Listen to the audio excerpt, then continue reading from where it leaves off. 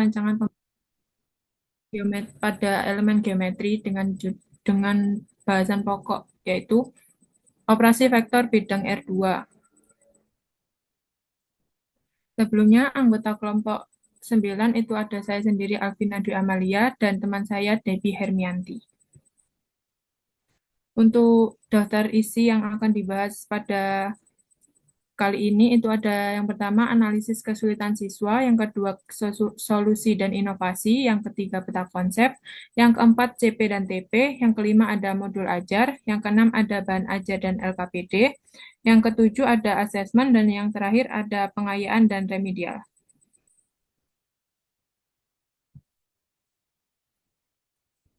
Baik, yang pertama ini ada analisis kebutuhan siswa.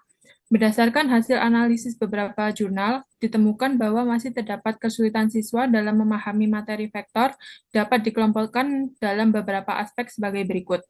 Yang pertama, ada kesalahan konseptual. Menurut Suryalin pada tahun 2021 mengatakan bahwa siswa mengalami kesulitan dalam menuliskan simbol dan menentukan panjang vektor secara akurat. Yang kedua ada menurut Wati dan Absep pada tahun 2022 mengatakan bahwa siswa masih bingung membedakan sumbu X dan Y pada koordinat kartesius serta menggambar vektor di bidang R2 dan R3. Yang ketiga, menurut Suwarto, itu mengatakan bahwa siswa kesulitan dalam mengenali dan menentukan sifat-sifat vektor dari informasi faktual yang disajikan. Yang kedua, ada kesalahan prosedural. Itu ada siswa sulit memahami soal, terutama dalam menentukan rumus yang tepat untuk menyelesaikan masalah. Yang kedua, ada miskonsepsi terhadap konsep dasar seperti vektor, antivektor, dan penguraian vektor dalam komponen X dan Y.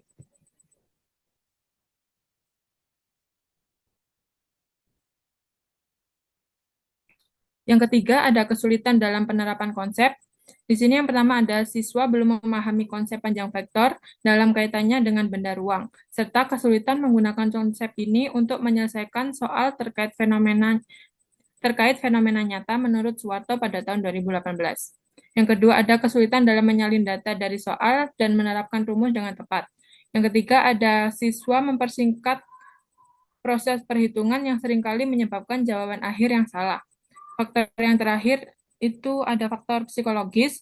Yang pertama ada siswa cenderung merasa bosan dan tidak tertarik dengan penjelasan yang menggunakan metode ceramah atau konvensional dan hanya bersumber dari tekstur. Yang kedua, kurangnya motivasi belajar dapat menghambat pemahaman siswa terhadap materi vektor. Faktor-faktor yang mempengaruhi kesulitan siswa dalam memahami materi vektor yaitu yang pertama ada keterbatasan pengalaman konkret, yang kedua penggunaan metode pembelajaran yang kurang variatif dan kurang menarik sehingga dapat membuat siswa merasa bosan dan kesulitan dalam memahami konsep. Yang ketiga, pemahaman yang kurang baik terhadap materi prasyarat seperti aljabar, trigonometri, dan geometri dapat menghambat pemahaman siswa terhadap materi vektor. Yang terakhir ada kurangnya ketersediaan belajar yang berkualitas hingga dapat membuat siswa kesulitan dalam mencari informasi tambahan. Selanjutnya ada solusi dan inovasi. Untuk mengatasi kesulitan siswa dalam memahami materi vektor, perlu dilakukan beberapa upaya seperti pembelajaran berbasis visual dan interaktif, menggunakan alat bantu visual seperti aplikasi GeoGebra untuk membantu siswa memahami arah, panjang, dan operasi vektor. Yang kedua ada pendekatan kontekstual dan problem-based learning yang diterapkan pembelajaran berbasis masalah yang mengaitkan vektor dengan situasi nyata sehingga siswa dapat memahami aplikasi konsep secara praktis. Yang terakhir ada latihan bertahap dan pembelajaran kooperatif. Diberikan latihan step by step untuk pengoperasian vektor dan diskusi kelompok terbimbing untuk menghindari kesalahan operasional. Pembelajaran model PBL berbantu ICT berbasis GeoGebra mampu meningkatkan pemahaman matematis, peserta didik diajak untuk aktif dan memahami matematika bukan sekedar hafalan, tetapi mampu memahami konsep, fakta, dan prosedural matematis. Melalui media pembelajaran GeoGebra, siswa dapat menggambarkan vektor dan mengoperasikan vektor secara geometris dengan akurat. Selanjutnya ada peta konsep. Jadi kami mengambil sub pokok bahasan dari materi vektor. Jadi ini ada dua prasyarat. Yang pertama yang warna biru ini prasyarat untuk bab vektor dan yang warna ungu ini prasyarat untuk materi subbab operasi vektor. Jadi prasyarat untuk materi vektor yang pertama itu ada koordinat kartesius. Siswa sudah memahami sumbu X dan Y dan mengetahui posisi titik dalam koordinat X, Y. Yang kedua ada geometri, yaitu tentang titik, panjang, dan sudut. Yang ketiga ada aljabar. Siswa sudah harus memahami operasi matriks dan persamaan eksponensial. Dan yang terakhir ada trigonometri, itu terdiri dari teorema Pitagoras, perbandingan trigonometri, dan aturan kosinus.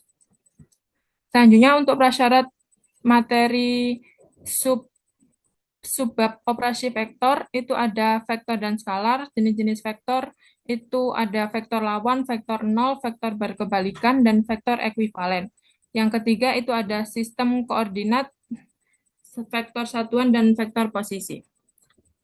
Untuk operasi vektor itu ada operasi penjumlahan, operasi pengurangan, dan operasi perkalian. Untuk operasi penjumlahan sendiri itu ada aturan segitiga, aturan jajar genjang, dan sifat-sifat dari penjumlahan vektor. Untuk operasi perkalian itu ada skalar dengan vektor. Selanjutnya ada CP dan TP. Capaian pembelajaran yang kami ambil yaitu di akhir fase F, peserta didik dapat menyatakan vektor pada bidang datar dan melakukan operasi aljabar pada vektor. Mereka dapat melakukan pembuktian geometris menggunakan vektor. Peserta didik dapat menyatakan sifat-sifat geometri dari persamaan lingkaran, elips, dan persamaan garis singgung. Untuk tujuan pembelajaran, yang pertama itu ada peserta didik mampu menjelaskan bagaimana cara melakukan penjumlahan vektor dengan metode segitiga dan metode jajar genjang dengan tepat. Yang kedua, peserta didik mampu melakukan pengurangan vektor di ruang berdimensi 2 atau bidang, serta memahami hubungan arah dan besar vektor hasil pengurangan. Yang ketiga, peserta didik mampu menentukan hasil perkalian skala dengan vektor dan mengetahui pengaruhnya terhadap arah dan panjang vektor. Yang keempat, ada peserta didik mampu menerapkan konsep penjumlahan, pengurangan, dan perkalian skalar dengan vektor untuk menyelesaikan masalah kontekstual di ruang berdimensi 2, serta merepresentasikan hasilnya secara grafis. Selanjutnya ada modul ajar.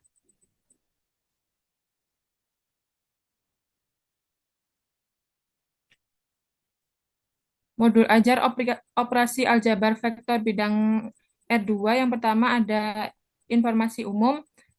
Itu ada identitas modul ajar. Yang pertama nama penyusun ada saya Alvina Dwi Amalia dan Debbie Hermianti. Satuan pendidikannya SMA, kelas 11 semester 1, fase F+. Alokasi waktunya satu pertemuan atau 3 kali 45 menit. Mata pelajaran matematika lanjut atau matematika peminatan. Elemen geometri untuk capaian pembelajaran ini sama seperti yang di PPT tadi. Kemudian materi pokok ada vektor dan operasinya. Kompetensi awal, sebelum mempelajari materi ini, peserta didik diharapkan sudah mampu menjelaskan notasi vektor, vektor ekuivalen, dan vektor negatif, kemudian mampu menjelaskan vektor dalam komponen-komponen sistem koordinat. Profil pelajar Pancasila ada beriman bertakwa kepada Tuhan Yang Maha Esa dan berakhlak mulia. Yang kedua ada bernalar kritis, yang ketiga ada bergotong royong, yang ketiga ada kreatif. Kemudian sarana dan prasarana kami menggunakan laptop, proyektor, spidol, papan tulis, modul matematika, PowerPoint, LKPD, dan juga internet. Target peserta didik itu ada peserta didik reguler atau tipikal. Yang kedua ada peserta didik dengan kesulitan belajar. Yang ketiga peserta didik dengan pencapaian tinggi. Model pembelajaran yang kami ambil yaitu PBL atau Problem Based Learning. Metode pembelajarannya kita memakai diskusi, presentasi, dan tanya jawab.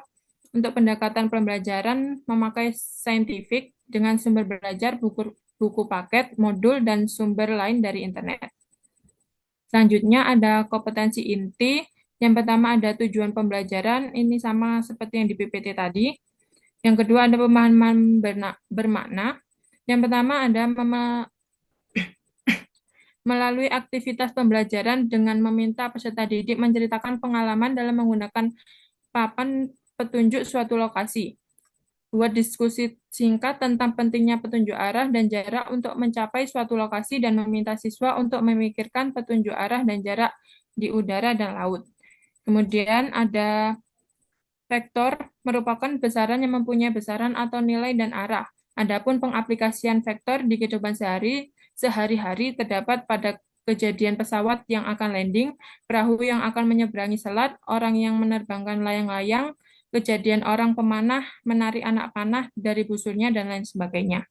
Yang ketiga ada pertanyaan pemantik. Yang pertama itu apakah siswa masih mengingat apa pengertian dari vektor, kemudian apa siswa dapat memberikan contoh penerapan vektor dalam kegiatan sehari-hari, dan yang terakhir ada apakah siswa masih mengingat apa yang dimaksud dengan vektor ekuivalen. Selanjutnya akan dijelaskan oleh Debbie. Baik, yang berikutnya ada kegiatan pembelajaran. Dan langkah-langkah pembelajarannya, untuk yang pertama ada pendahuluan, lokasi waktunya 5 menit. Yang pertama ada orientasi. Jadi guru bersama peserta didik mempersiapkan kelas agar lebih kondusif dalam proses pembelajaran dengan mengecek kebersihan ruang kelas, mengecek kesiapan dan kerapian. Lalu guru beserta peserta didik mengawali pembelajaran dengan berdoa. Guru memberikan salam kepada peserta didik untuk mengawali pembelajaran dengan hal positif. Lalu guru mengkondisikan peserta didik dengan menanyakan kabar dan mengecek kehadiran. Berikutnya ada persepsi, alokasi waktu 5 menit. Guru mengajak peserta didik mengingat kembali materi-materi sebelumnya tentang pemahaman konsep vektor di ruang dimensi 2 dan penerapannya dalam kehidupan sehari-hari. Lalu guru memberikan asesmen diagnostik non-kognitif untuk mendiagnosis gaya belajar peserta didik. Berikutnya ada motivasi, lokasi waktu 5 menit. Guru memberikan informasi kepada peserta didik terkait manfaat penerapan operasi vektor di ruang dimensi 2 dalam kehidupan sehari-hari untuk menemukan karakter rasa ingin tahu. Yang berikutnya, guru menyampaikan tujuan yang harus dicapai untuk menemukan karakter tanggung jawab. Lalu guru menyampaikan aktivitas atau kegiatan pokok pembelajaran serta penilaian yang akan dilakukan pada hari ini. Lalu ada kegiatan inti, alokasi waktunya 15 menit. Ini untuk fase 1, yaitu orientasi terhadap masalah. Guru meminta peserta didik untuk mengamati PowerPoint dan video tentang manfaat faktor dalam kehidupan sehari-hari. Lalu guru juga melakukan diferensiasi proses berdasarkan kesiapan belajar peserta didik. Lalu di sini fase 2 ada mengorganisir peserta didik, alokasi waktunya 30 menit. Terus peserta didik dikelompokkan dalam kelompok diskusi yang beranggotakan 5-6 orang sesuai dengan kesiapan belajar peserta didik. Lalu guru membagikan LKPD pada masing-masing anggota kelompok. Lalu peserta didik melakukan diskusi dalam kelompoknya masing-masing berdasarkan petunjuk yang ada dalam LKPD. Lalu guru memantau keterlibatan peserta didik dalam kelompok saat mendiskusikan permasalahan yang terdapat dalam LKPD. Berikutnya ada fase 3, membimbing penyelidikan kelompok, alokasi waktunya 15 menit. Guru berkeliling mengamati peserta didik dalam kelompok belajar dan memberikan kesempatan kepada peserta didik untuk bertanya apabila mengalami kesulitan. Lalu guru memberikan bantuan kepada peserta didik dalam kelompok untuk masalah-masalah yang dianggap sulit oleh peserta didik. Guru juga mengarahkan peserta didik dalam kelompok untuk menyelesaikan permasalahan dengan cermat dan teliti. Berikutnya ada fase 4, mengembangkan dan menyajikan hasil karya, alokasi waktunya 15 menit. Setelah diskusi selesai, guru meminta beberapa kelompok mempresentasikan hasilnya di depan, sementara kelompok lain mengamati. Lalu guru memberikan apresiasi kepada kelompok yang sudah mempresentasikan jawabannya di depan kelas. Untuk berikutnya, fase 5, yaitu menganalisis dan mengevaluasi proses pemecahan masalah dengan alokasi waktu 15 menit. Guru melibatkan peserta didik mengevaluasi jawaban kelompok penyaji serta tanggapan dari kelompok yang lain dan membuat kesepakatan bila jawaban yang disampaikan peserta didik sudah benar. Lalu guru memberikan kesempatan kepada kelompok lain yang mempunyai jawaban berbeda dari kelompok penyaji pertama untuk mengkomunikasikan hasil diskusi kelompoknya. Lalu guru memberikan penguatan dan evaluasi dari proses diskusi. Berikutnya, kegiatan penutup, alokasi waktunya 30 menit. Guru meminta peserta didik untuk mengerjakan soal evaluasi secara individu untuk menguji pemahaman mereka terhadap materi yang telah dipelajari. Guru mempersilakan salah satu peserta didik untuk memberikan kesimpulan mengenai kegiatan pembelajaran yang sudah dilakukan. Lalu guru memandu peserta didik melakukan refleksi terhadap proses pembelajaran dengan menanyakan kesan mereka dalam mengikuti pembelajaran, baik dari awal hingga akhir pembelajaran, dan kesulitan apa yang mereka alami saat proses pembelajaran berlangsung.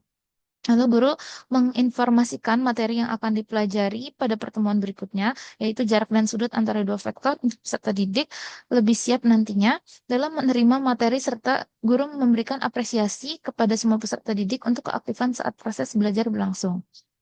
Berikutnya, guru mengajak peserta didik berdoa sebelum mengakhiri pembelajaran dan mengucapkan salam. Berikutnya ada asesmen. Ini yang pertama ada asesmen diagnostik non-kognitif dilakukan di awal pembelajaran terkait gaya belajar peserta didik. Lalu berikutnya ada asesmen formatif. Di sini ada penilaian sikap, teknik penilaiannya observasi kelas, bentuk instrumennya berupa lembar observasi. Lalu ada penilaian keterampilan, teknik penilaiannya unjuk kerja, bentuk instrumennya lembar penilaian presentasi. Lalu berikutnya ada asesmen sumatif, berupa penilaian pengetahuan, teknik penilaiannya tes tertulis, bentuk instrumennya soal uraian. Berikutnya ada remedial dan pengayaan. Untuk remedial diberikan kepada peserta didik yang mendapatkan nilai di bawah KKM dengan catatan jumlah peserta didik yang remedial sebanyak maksimal 30% dari jumlah seluruh peserta didik di kelas.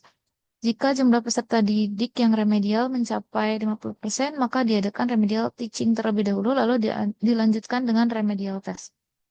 Berikutnya ada pengayaan. Pengayaan ini diberikan kepada peserta didik yang mendapatkan nilai di atas KKM sebagai bentuk pendalaman terhadap materi yang diberikan dan mengembangkan potensinya secara optimal. Berikutnya ada refleksi. Di sini ada refleksi guru dan juga refleksi peserta didik. Refleksi guru, apakah tujuan pembelajaran yang direncanakan pada modul ajar tercapai? Apakah semua sintak dalam modul pembelajaran terlaksana seluruhnya? Apakah peserta didik aktif selama pembelajaran? Lalu jika tidak, apa langkah yang akan diambil untuk memperbaiki pembelajaran? Lalu seberapa jauh pemahaman peserta didik akan materi yang disampaikan hari ini? Lalu apa saja kendala yang dialami selama pembelajaran hari ini dan apa tindakan yang dilakukan untuk menanggulangi kendala tersebut? Lalu hal apa yang paling menantang saat proses pembelajaran berlangsung? Dan berikutnya refleksi peserta didik tentang apakah proses pembelajaran yang disampaikan sudah memenuhi tujuan pembelajaran hari ini? Lalu apakah peserta didik memahami materi yang dipelajari pada pertemuan kali ini? Apakah peserta didik aktif selama antusias selama pembelajaran? Lalu apakah peserta didik memiliki ketertarikan untuk mempelajari topik ini lebih lanjut? Lalu ditanyakan juga tentang kendala peserta didik dan tentang bagaimana peserta didik memperbaiki hasil belajarnya. Untuk lampirannya, hmm, di sini ada bahan ajar, asesmen, remedial, dan pengayaan, serta lembar kerja peserta didik atau LKPS.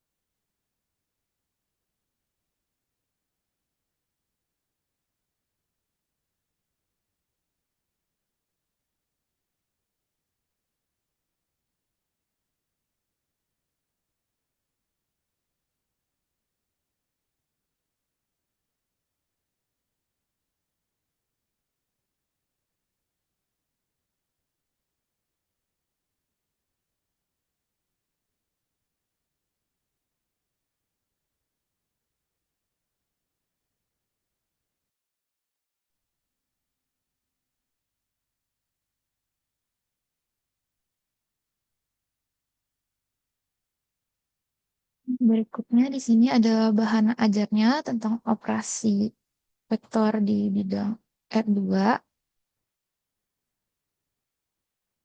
Jadi di bahan ajar ini sudah memuat materi-materi tentang penjumlahan vektor, lalu ada materi juga tentang di sini juga ya disebutkan metode penjumlahan vektor, ada metode segitiga dan metode jajar genjang.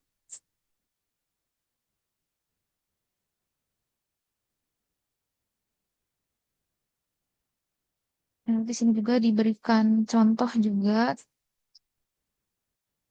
tentang penjumlahan vektor. Lalu di sini ada sifat-sifat penjumlahan vektor di mana penjumlahan vektor ini bersifat komutatif dan juga bersifat asosiatif.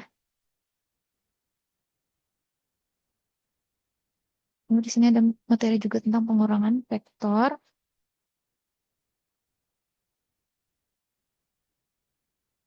Ini di sini dijelaskan juga melalui gambar dan contoh.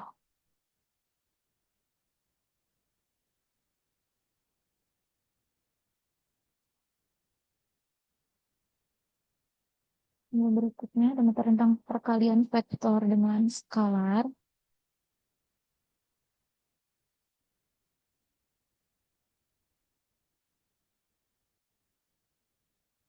Jadi di sini ada penjelasan dan juga contoh soalnya.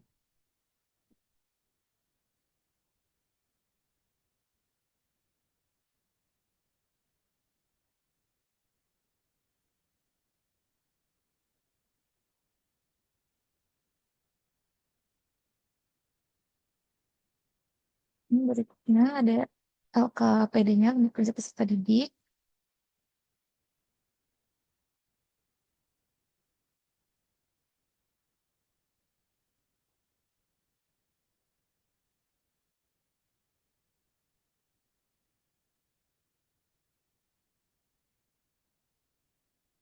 Di LKPD-nya ini juga terdapat tentang identitas LKPD-nya. Di sini juga ya disebutkan juga mata pelajaran materi identitasnya. Lalu di sini ada juga indikator pencapaian kompetensinya. Jadi di sini ada tujuan pembelajaran juga yang tadi sama sudah disampaikan juga di modul ajar. Lalu alat dan bahana ini berupa KPD dan alat tulis, pensil penghapus ballpoint, stip dan penggaris. Lalu di sini juga terdapat petunjuk belajarnya.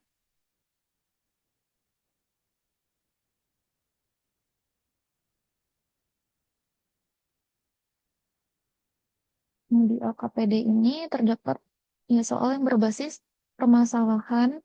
Ini ada berupa soal cerita. Sini yang pertama untuk materi penjumlahan faktor. Sini ada soal cerita tentang penjumlahan faktor. Lalu di sini juga ada kegiatannya itu. Jadi untuk menyelesaikan permasalahannya di sini juga ada disertai langkah-langkahnya. Misalnya di sini peserta didik diminta untuk membuat gambar dulu secara geometris sesuai dengan permasalahan satu. Kalau di sini diminta menentukan notasi panjang vektornya.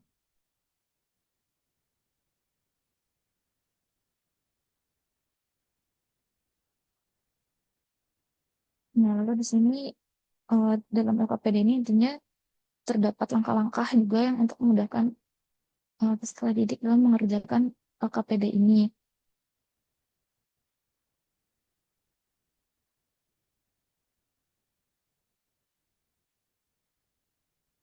Lalu di sini juga terdapat kolom untuk peserta didik dapat menyimpulkan hasil pengerjaan mereka tadi tentang penambahan vektor.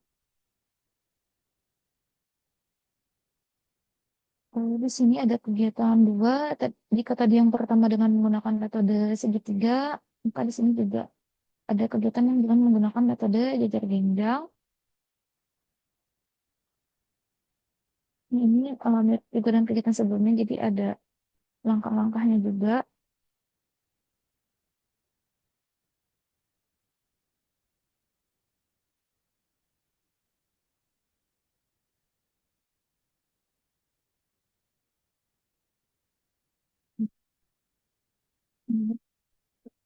Tambahan jarak.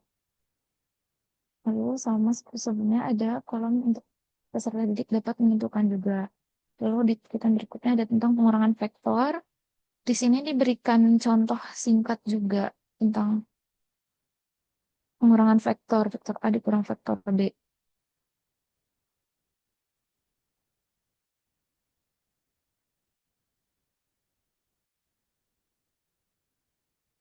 Mohon maaf, sepertinya ada kendala jaringan.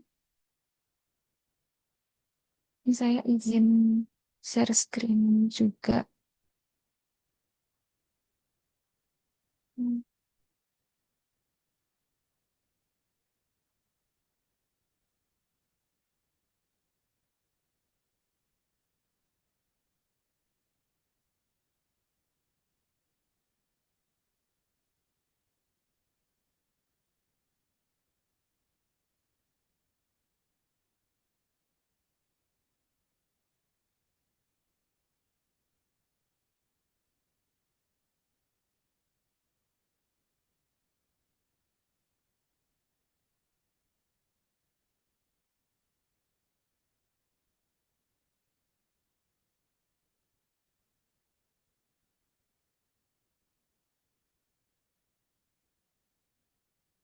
Jadi tadi di bagian orang tua itu diberikan kan Pak, gambar dari pengurangan per adik orang faktor ini. Kalau di sini ada kegiatan tiga berupa soal-soal latihan.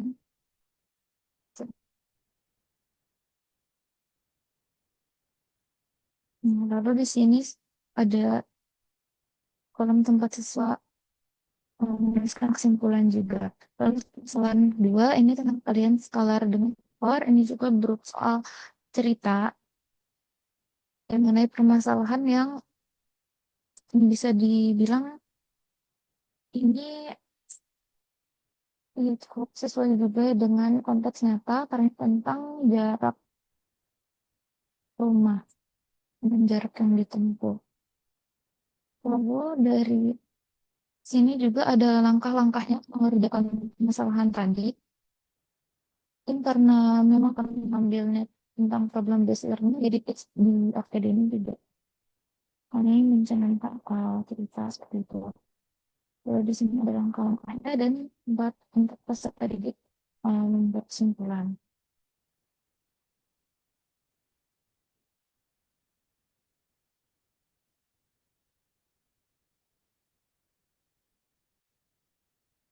Lalu untuk menjelaskan bahwa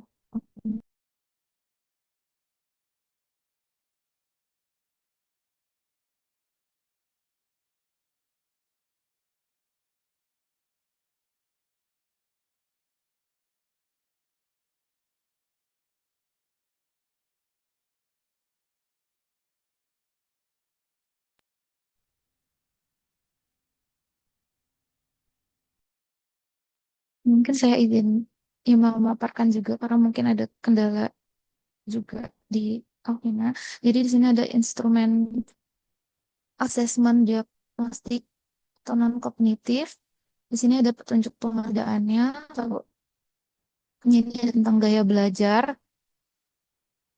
Ada soal tentang gaya belajar. Di sini tentang tentang ketika bicara dengan gaya bicara peserta didik itu apa. Dan lalu di sini juga ada lembar pengamatan penilaian sikap. Ini ada indikator profil pelajar Pancasilanya, itu beriman, bertakwa kepada Tuhan Yang Maha Esa, gotong royong, bernada kritis, dan kreatif. Lalu di sini ada aspek kritisnya, ada indikatornya tentang peserta didik kurang kritis sama kegiatan diskusi ataukah peserta didik cukup kritis atau peserta didik sudah kritis atau sangat kritis. Lalu di sini ada aspek gotong royongnya, indikatornya itu apakah peserta didik ini kurang bekerja sama atau gotong royong, ataukah sudah cukup bekerja samanya atau peserta didik bekerja sama gotong royong atau peserta didik ini sangat bekerja sama dengan gotong royong selama kegiatan diskusi. Di sini ada aspek kreatif juga. Indikatornya itu peserta didik kurang mengekspresikan atau mengeksplorasi pikiran atau gagasannya ke dalam bentuk tindakan yang kreatif sampai kegiatan diskusi dan presentasi berlangsung. Di sini juga skalanya ada dari kurang sampai sangat mengekspresikan. Ini ada tentang penilaiannya, skala penilaiannya. Lalu di sini ada rubrik penilaian keterampilan. Di sini ada kriterianya jika jawaban menunjukkan pengetahuan matematika mendasar yang berhubungan dengan tugas ini nanti akan skornya 4. Lalu di sini jika jawaban menunjukkan pengetahuan matematika mendasar yang berhubungan dengan tugas ini dan skornya 3. Lalu jika jawaban menunjukkan keterbatasan atau kurangnya pengetahuan matematika yang berhubungan dengan masalah ini skornya 2. Lalu jika jawaban hanya menunjukkan sedikit atau sama sekali tidak ada pengetahuan matematika yang berhubungan dengan masalah ini skornya 1. Lalu jika tidak ada jawaban atau lembar kerja kosong, skornya 0. Kalau ini berdasarkan rubrik yang sudah dibuat, nanti skor diubah ke dalam skala yang diterapkan. Di sini ada tabel untuk kriteria dan skornya.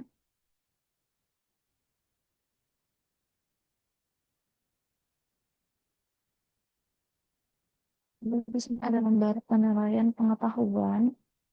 Sini juga ada beberapa soal-soal masih tentang materi yang tadi dipelajari. Di sini juga tentang gambar vektor, per segitiga ada jari ganda.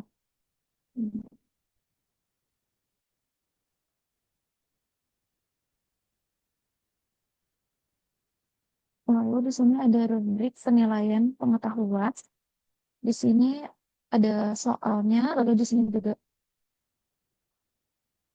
untuk jawaban dari soal tersebut akan seperti ini. Jadi jika siswa dapat menjawab dengan benar sesuai jawaban, di sini akan mendapat skornya 25 di setiap nomor. Ini soal nomor satu tentang menyatakan vektor-vektor dalam vektor U dan P.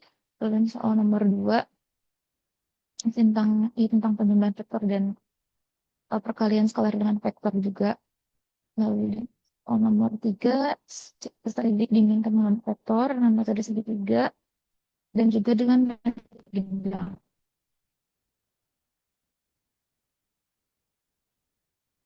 Di sini empat soal tentang penilaian kaitan dengan segitiga ABC dan garis berat.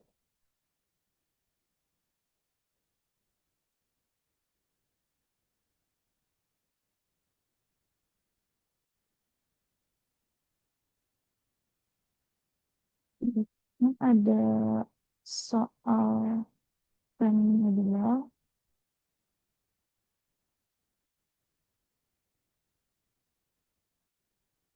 Ini soal remedialnya ya dari materi yang tingkat kesulitannya sama juga dengan yang sebelumnya dipelajari. Jadi di sini yang nomor satu peserta ujian tentang menggambar vektor yang ditetapkan pada masing-masing ini. Lalu di sini ada nomor 2 menyatakan vektor seri dalam satu dan P. Ini nomor 3 juga uh, bersama dengan nomor 2 yang menyatakan ini tentang ada penambahan vektor dan menyatakan vektor. Di berikutnya ada pengayaan. Kalau di pengayaan ini soalnya ya di sini berupa ada soal cerita. Jadi dengan pengayaan ini kan memang diberikan kepada peserta didik yang ibaratnya sudah menguasai materi dengan baik. Jadi dengan soal-soal cerita seperti ini, jadi diharapkan juga dapat mengasah kemampuan peserta didik di sini. Jadi minta untuk gambar satu, ya berarti minta untuk menggambar sektor pemindahan kapal pada soal cerita ini. Lalu di nomor 2 juga sebenarnya serupa dengan nomor satu tentang perpindahan juga dan disuruh menentukan jarak antar kedua orang yang diceritakan pada soal ini. Lalu di nomor 3, ini di sini jadi peserta didik juga ya harus bisa membayangkan ya tentang segi panjang OPQR. Lalu di sini cara diminta menyatakan vektor MN dalam U dan P. Lalu di sini ada daftar rujukan atau daftar pustaka yang kami gunakan untuk membuat rancangan pengajaran yang kami.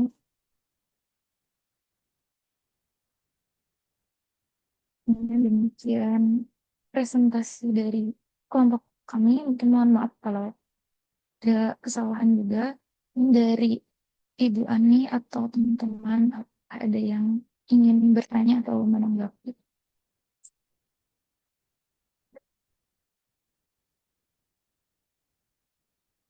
Ya, silakan dari mahasiswa dulu. Dipersilakan untuk bintang tadi angkat tangan terlebih dahulu. Baik, terima kasih untuk kelompok 9 atas pemaparan modul ajaknya ya. Sangat sangat lengkap, eh, enggak sangat lengkap, cukup lengkap gitu penjelasannya, cukup detail atau lengkap penjelasannya. Nah, di sini ada beberapa pertanyaan sama komentar dari saya. Nah, untuk pertanyaannya adalah bagaimana dan kapan penggunaan GeoGebra yang kalian yang diterapkan bagaimana dan kapan penggunaan GeoGebra yang kalian terapkan pada pembelajaran? Apakah dengan apa materi vektor saja atau yang lainnya dan bagaimana cara penggunaannya? Itu pertanyaannya. Yang kedua, untuk komentar, eh, menurut kalian eh, sama nggak asesmen diagnostik sama nggak asesmen diagnostik dengan asesmen awal? Karena saya perhatikan asesmen awalnya tuh nggak ada dari prasyarat untuk materi vektor ini seperti kayak menentukan titik pada koordinat, operasi operasi aljabarnya seperti itu. Kan biasanya butuh asesmen awal. Terus kalau bisa ditambah apa? Ditambah pendahuluannya.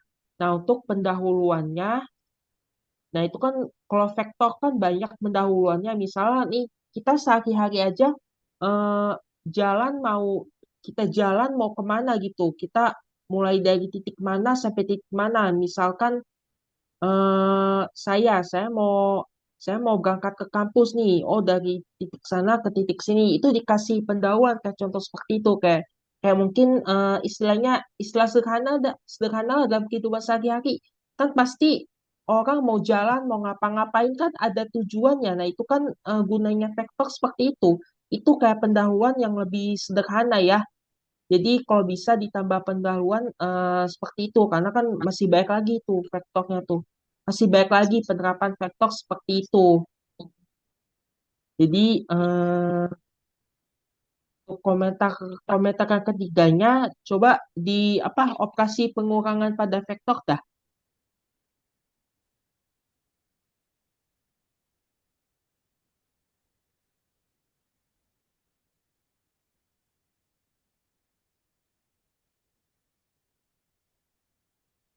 Maaf Bintang, izin bertanya, ini berarti yang bagian materi Materi atau materi yang operasi pengurangan pada vektor. Tadi yang ada Ada dalam kayak bentuk matriks matriks seperti itu pengurangan. Bintang sebentar.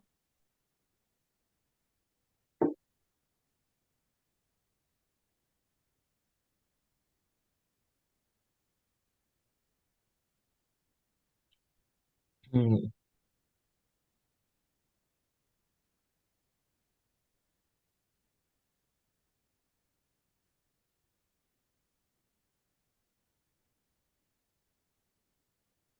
Nah, oke, ini seperti ini ya.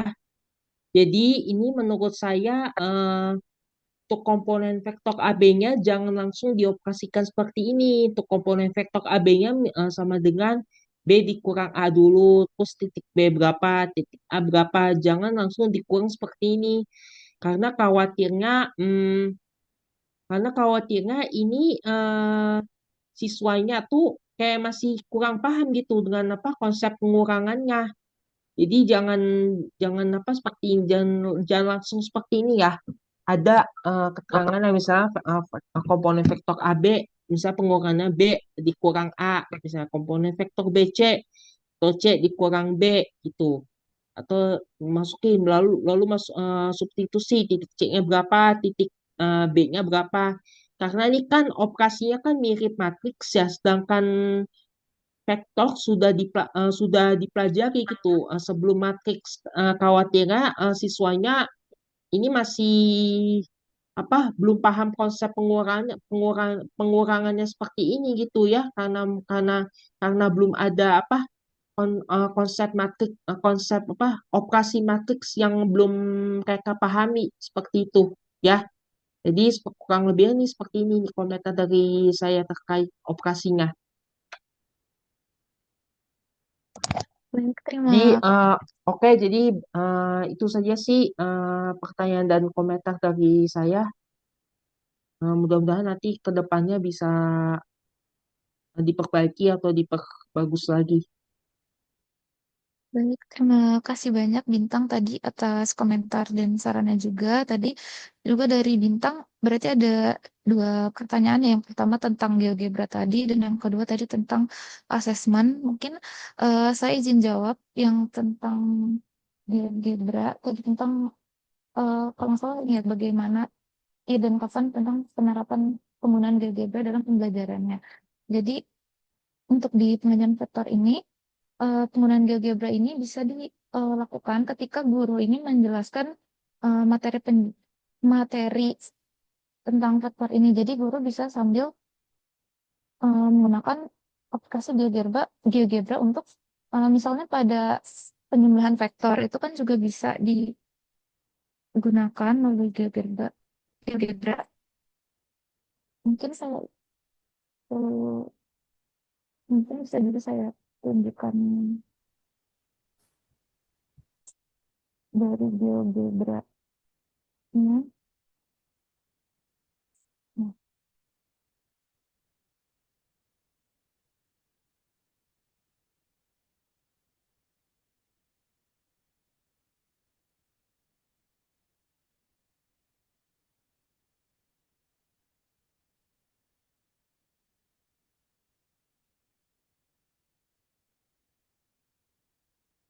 jadi penggunaan GeoGebra, jadi selain dari guru juga memaparkan dari PowerPoint dan dari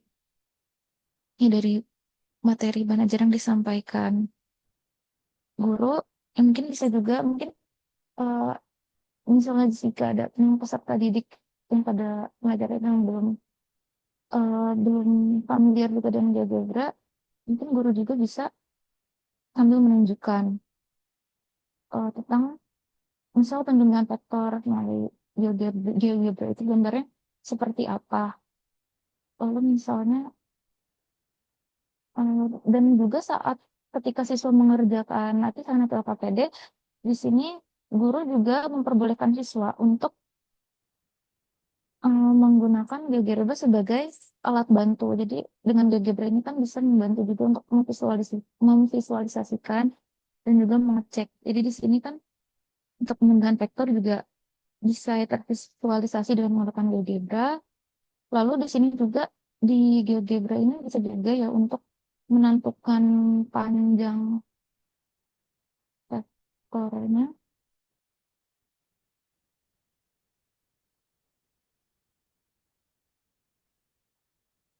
Jadi semisal, jadi di sini juga bisa juga digunakan untuk, mungkin bisa buat membantu mengecek jawaban siswa juga.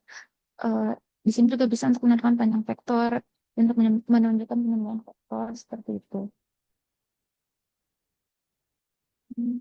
Ya, mungkin demikian yang tentang pertanyaan bintang tadi tentang GeoGebra. Eh, mungkin untuk Izin pertanyaan, menambahkan, maaf, Vina. untuk pertanyaan yang kedua tadi kan Bintang tanya tentang asesmen awal, kenapa nggak pakai prasyarat yang kayak koordinat kartesius, kemudian ada matriks gitu-gitu. Nah, kelompok kita memakai asesmen diagnostik non-kognitif, yang dimana itu non-kognitif digunakan untuk menentukan gaya belajar siswa dan kesiapan belajar siswa. Jadi bukan tentang materinya, tapi tentang kesiapan siswa dalam belajar. Jadi nanti dari gaya belajar itu, kita sebagai pendidik bisa menentukan mana siswa yang memiliki gaya belajar auditori, visual, dan kinestetik yang kemudian nanti bisa digunakan dalam pembentukan kelompok. Bagaimana Bintang? Apa ada?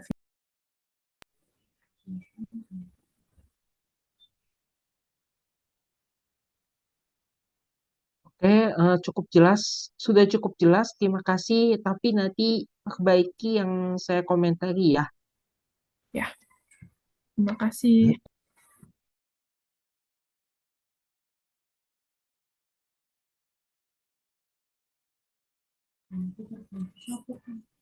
Selanjutnya, Tania bisa silahkan. Oke, terima kasih atas kesempatannya.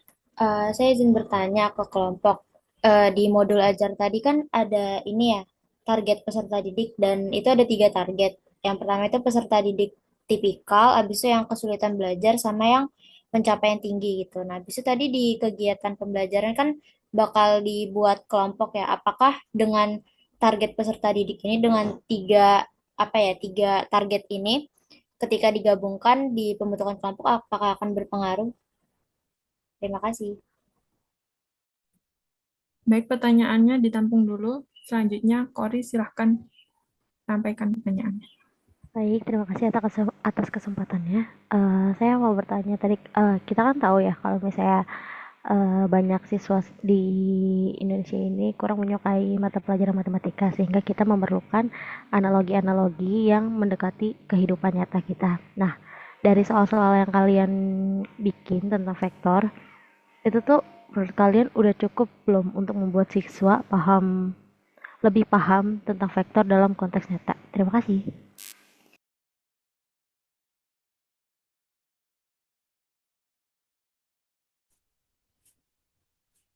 Baik, terima kasih Kori atas pertanyaannya. Selanjutnya, ada Madia, silahkan. Sebelumnya suara aku kedengeran nggak? Kedengeran. Jadi kan siswa itu punya gaya belajar yang beda-beda ya. Nah, menurut kalian tuh gimana cara kalian mastiin bahwa semua siswa yang punya gaya belajarnya beda-beda itu bisa paham sama konsep operasi vektor bidang R2 dengan baik? Gimana cara kalian buat memastikannya? Itu aja. Makasih.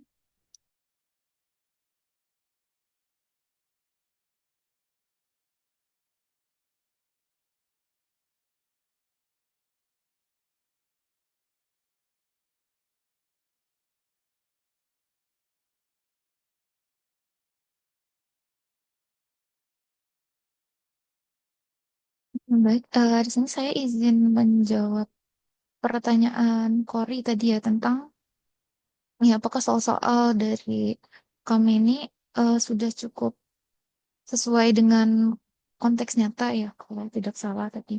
Nah, kalau dari kami sendiri karena kami juga memang mengambilnya ada tentang problem based learning. Jadi mungkin tadi sesuai yang tadi sudah ditampilkan ya misal di LKPD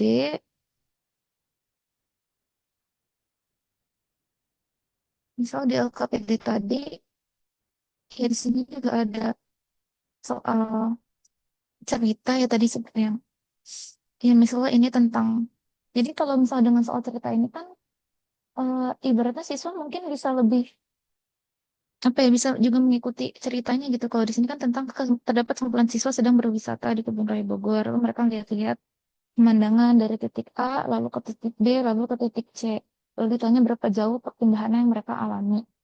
Nah soal seperti ini juga mungkin bisa bervariasi ya kalau di sini kan contohnya tentang keinginan mereka saat lagi berwisata gitu. Jadi dan diharapkan dengan soal cerita seperti ini kan para siswanya juga mungkin bisa membayangkan juga nih keadaan nyatanya itu seperti apa.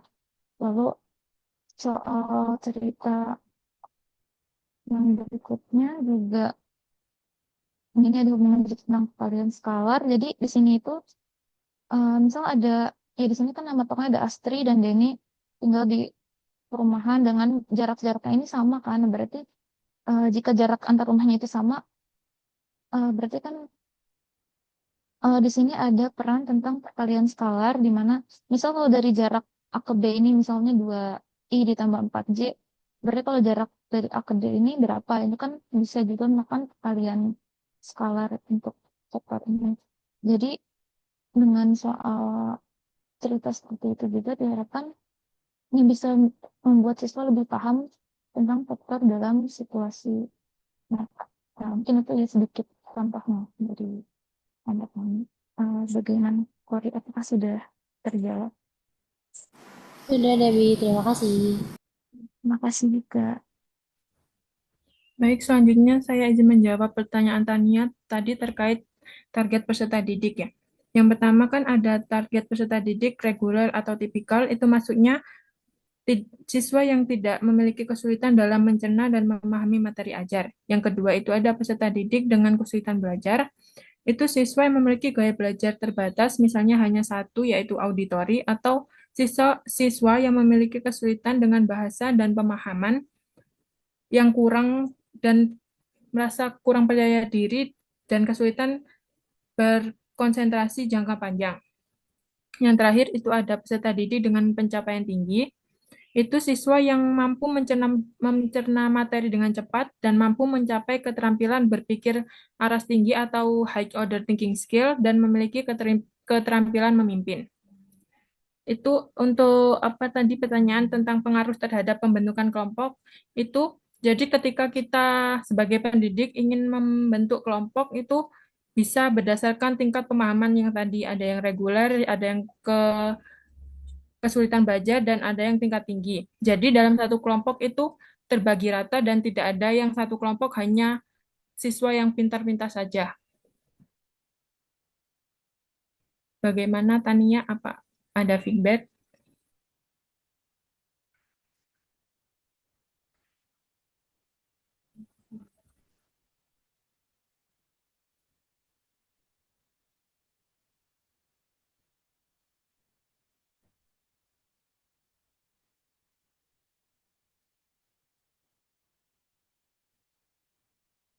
Bagaimana Tania? Ada feedback?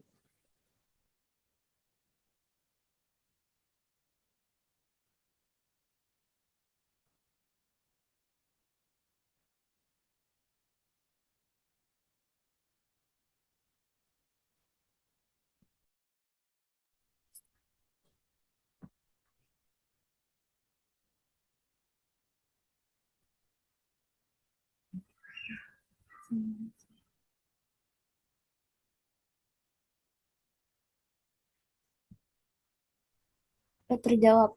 Tadi nggak kedengaran sih. Oke.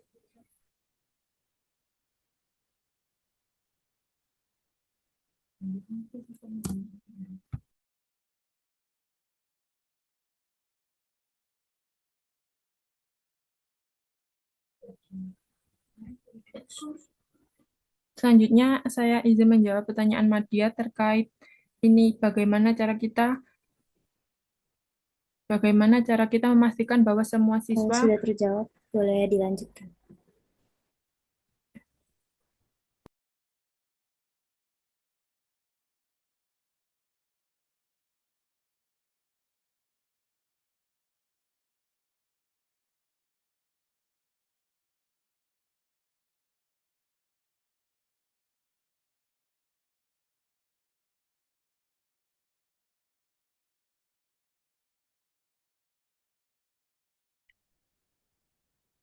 Silakan dilanjutkan, Alvina, jawabannya.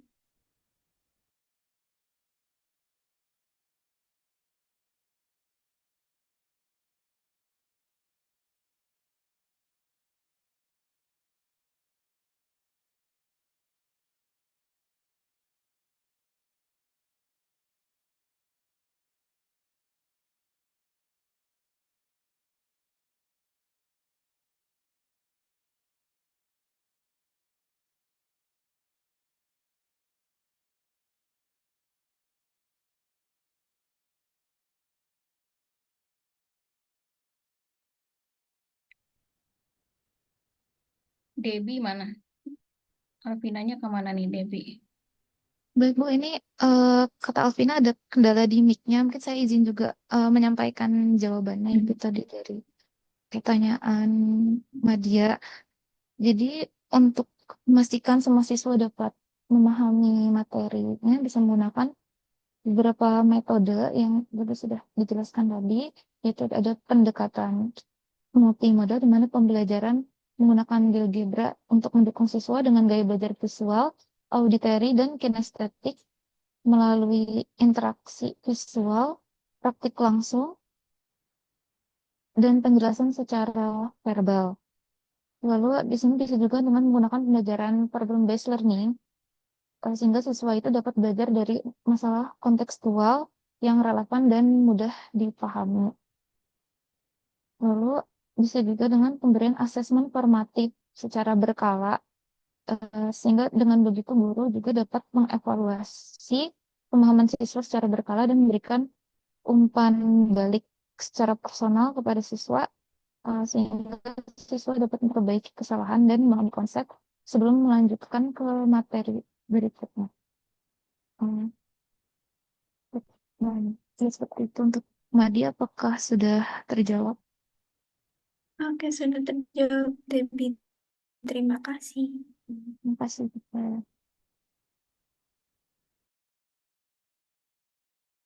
Sudah semua ya? Dari Ibu Suta. Oke, baik. Dari saya ya.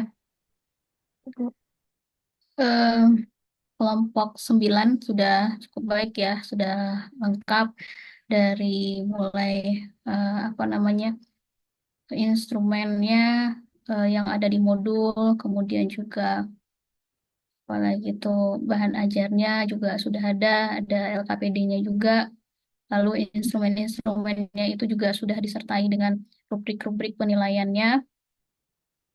Kemudian untuk inovasinya juga sudah ada menggunakan GeoGebra. Namun di sini ada beberapa pertanyaan dari temannya ya. Eh, saya pikir ini juga bagus-bagus semua pertanyaannya. Seperti dari Bintang tadi, barangkali Bintang lihat dari bahan ajarnya kali ya. Kan tadi inovasinya adalah GeoGebra, tapi di bahan ajarnya kenapa tidak ditampilkan penggunaan GeoGebra-nya? Gitu mungkin ya Bintang maksudnya.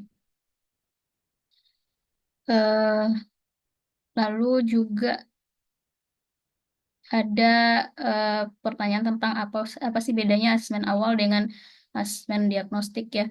Kalau asesmen awal itu sebenarnya lebih untuk melihat bagaimana kesiapan siswa pada materi yang akan dipelajari pada hari itu. Namun kalau untuk asesmen diagnostik bisa juga dilakukan di awal. Tapi gunanya itu adalah untuk melihat atau mendiagnosa tentang kesulitan belajar siswa, kemudian untuk pengelompokan siswa seperti apa, misalnya tinggi, rendah, sedang, lalu juga untuk melihat gaya belajar siswa seperti yang dijelaskan oleh kelompok 9 ini. Nah, jadi asesmen diagnostik itu boleh dilakukan sepanjang proses pembelajaran gitu ya. Kalau kita mau lihat hambatan-hambatan belajar yang apa yang ada di siswa, berarti kan harus kita lakukan dari awal pembelajaran sampai akhir pembelajaran. Dan boleh juga kalau misalnya mau mendiagnosa bagaimana gaya belajar siswa, bisa dilakukan di bagian awal saja seperti itu. Kemudian eh, komentar Bintang juga nih tentang vektor awal ya. Nah, saya juga sepakat nih karena di soal cerita tadi, saya lihat di soal cerita yang pertama kalau tidak salah itu bergeraknya dari vektor A, tapi kita tidak tahu vektor A-nya dari titik mana. Nah, jadi biasanya tuh kalau untuk vektor awal dimulai dari 0,0. Tapi kalau misalnya sudah ditentukan vektor awalnya, artinya mulai dari titik bergeraknya itu dari titik A 1,1 misalnya ya. Nah, itu juga harus diterangkan pada soalnya. Itu perlu, karena kalau kita mau gerak, kita nggak tahu vektor awalnya, kita nggak tahu nanti ini mau dikurang dengan apa atau ditambah dengan apa, karena vektor awalnya kita tidak tahu. Di soalnya nanti tolong diperbaiki ya kelompok 9. Eh, Kemudian, apa lagi tadi ya?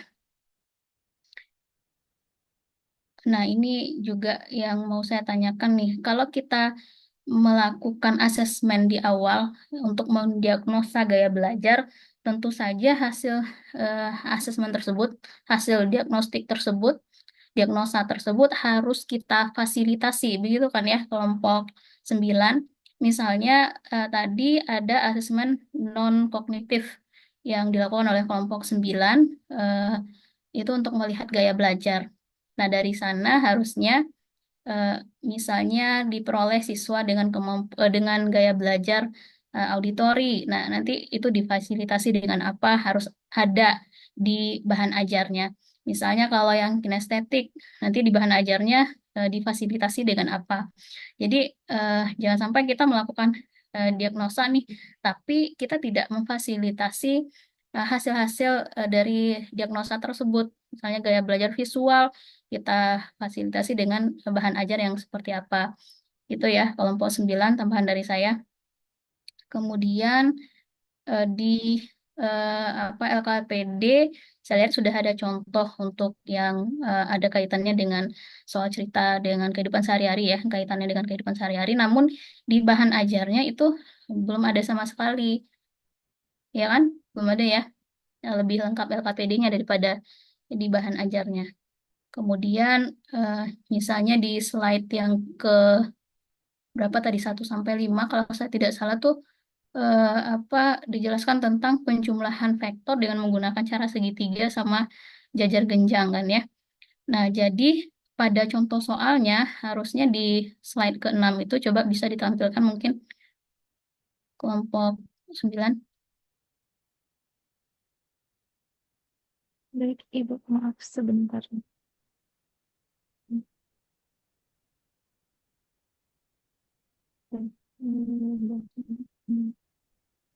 Di bahan ajarnya. Nah, ini nih, ini pakai cara apa nih? Awalnya kan kelompok kelompok 9 jelaskan tentang metode penjumlahan vektor ya, ada metode segitiga sama metode jajar genjang. Nah, namun di sini eh, untuk contoh soalnya ini tidak dijelaskan ini pakai metode apa. Ini pakai metode apa? Yang di slide ini, Ibu. Betul. Ini segitiga, karena ini kan vektornya.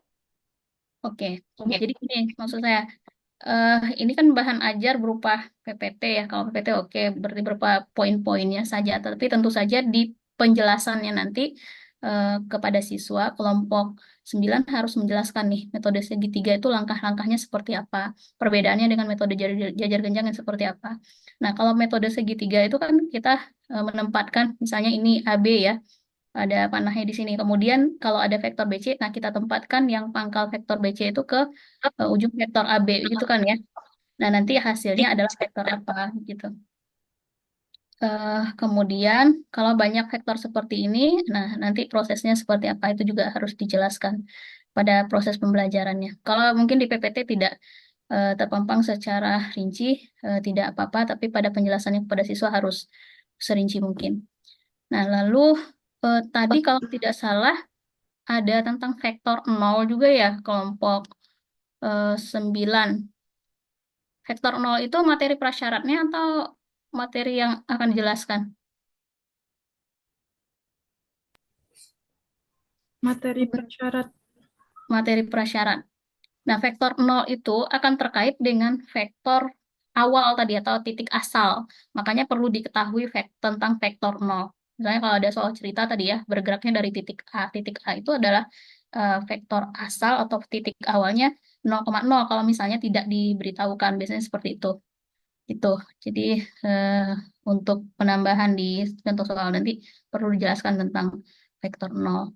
Kemudian pertanyaan dari Tania tadi, target siswa apakah ada hubungannya dengan asesmen diagnostik? Tania, inti pertanyaannya tadi itu seperti apa Tania? Kalau yang saya tangkap tuh, ini kelompok 9 melakukan asesmen diagnostik nih. Kemudian apakah asesmen tersebut ada kaitannya dengan target siswa yang dibuatkan di awal gitu bukan maksudnya? Iya benar, seperti itu. Nah, kalau target siswanya tadi ada yang ini ya reguler, kemudian yang apa lagi? Yang tinggi sama yang satu lagi apa tadi kelompok 9? Kesulitan belajar. Kesulitan belajar. Nah, berhubungan tidak dengan asesmen yang dilakukan?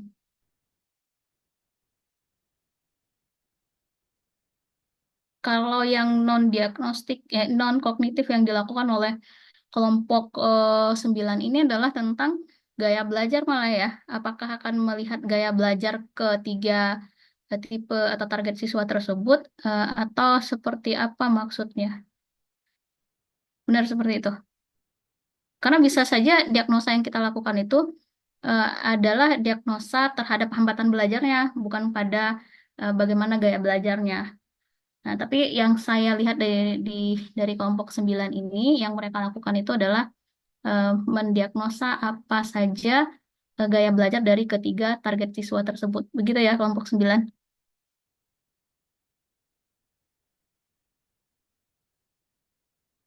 Gitu,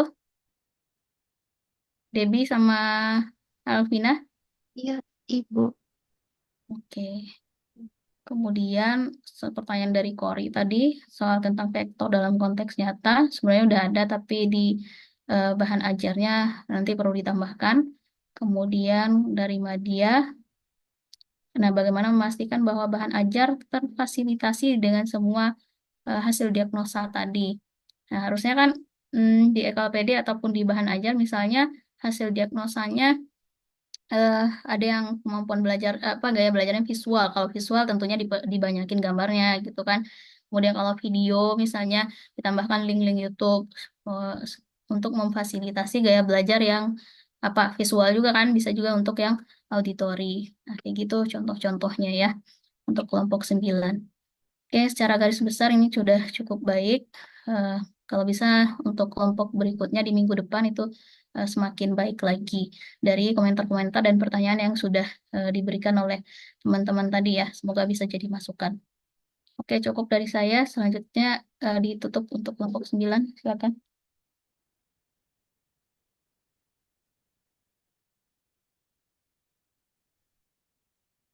Baik, terima kasih banyak atas masukan-masukannya dari Ibu Ani dan juga teman-teman semua. Kami dari kelompok 9 mohon maaf eh, karena dari kami memang masih terdapat banyak kekurangan. Terima kasih atas perhatian dari teman-teman. Sekian, wassalamualaikum warahmatullahi wabarakatuh. Waalaikumsalam warahmatullahi wabarakatuh. Dilanjutkan Hmm. dengan kelompok 10 ya. Izin share screen ya, Bu. Oke. Kelompok 10 siapa saja anggotanya? Ada saya, Najma, dan Nadia, Ibu. Oke. Oh, ada yang 3, ada yang 2 ya. Silakan dilanjutkan.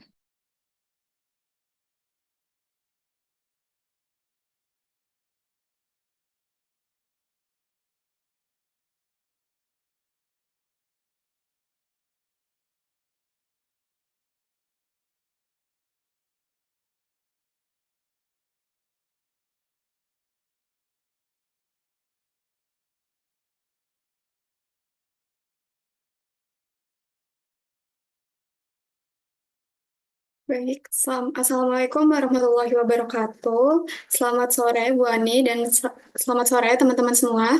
Kami dari kelompok 10 dengan rancangan pembelajaran itu dengan elemen geometri dan materi parabola pada irisan kerucut.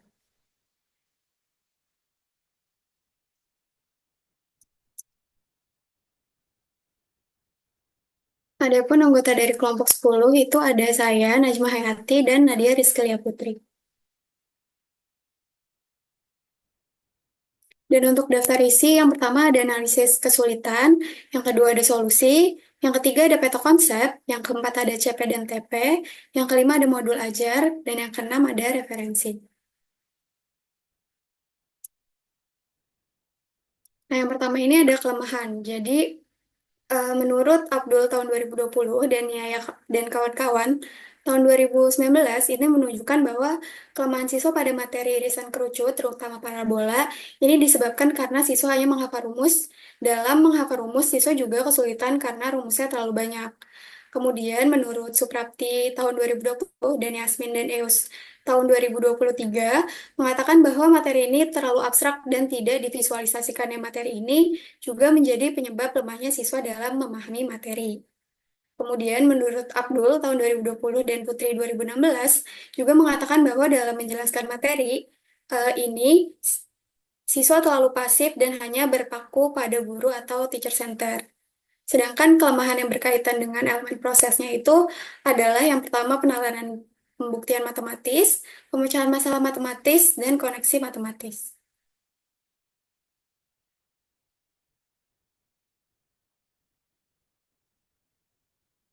Kemudian dari solusi yang kita dapatkan, yang pertama itu ada model discovery learning, di mana harapannya ini dapat membantu siswa menemukan konsep matematika, khususnya parabola, yang memiliki banyak rumus-rumus dan bersifat abstrak, dapat ditemukan menjadi lebih konkret dengan cara melukis sketsa grafiknya.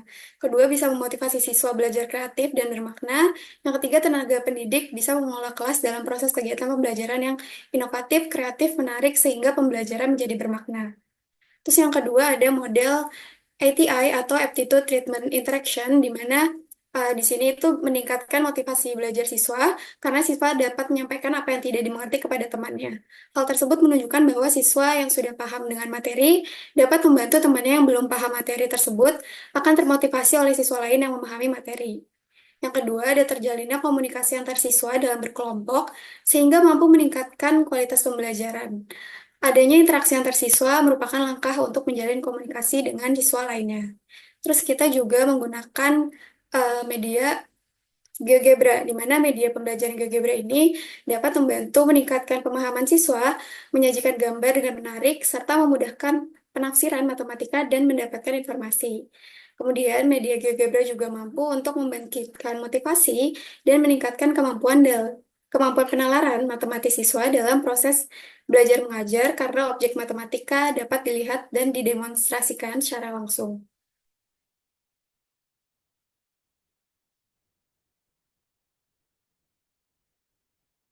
Kemudian di sini ada peta konsep parabola. Untuk bagian yang krem ini adalah materi prasyarat, di mana materi prasyaratnya itu terdiri dari operasi aljabar, persamaan garis lurus, persamaan dan fungsi kuadrat, konsep dasar geometri, koordinat kartesius, dan lingkaran. Sedangkan untuk yang di dalam kotak garis putus-putus ini, itu menunjukkan kemampuan materi prasyarat yang harus dikuasai. Sedangkan untuk yang pink ini, itu merupakan materi inti, parabola, dan kalau yang di dalam garis putus-putus ini adalah materi inti yang akan dipelajari.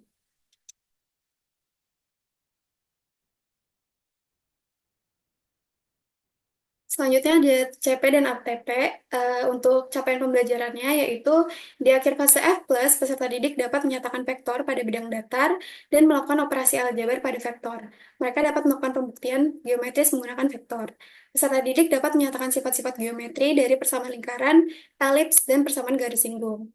Sedangkan di sini kita menunjukkan tujuan pembelajaran ini per subbab gitu. Yang pertama, itu peserta didik dapat menentukan persamaan parabola. Yang kedua, peserta didik dapat menentukan unsur-unsur parabola. Dan yang ketiga, peserta didik mampu menyelesaikan masalah konseptual yang berhubungan dengan parabola. Oke, selanjutnya ada modul ajar.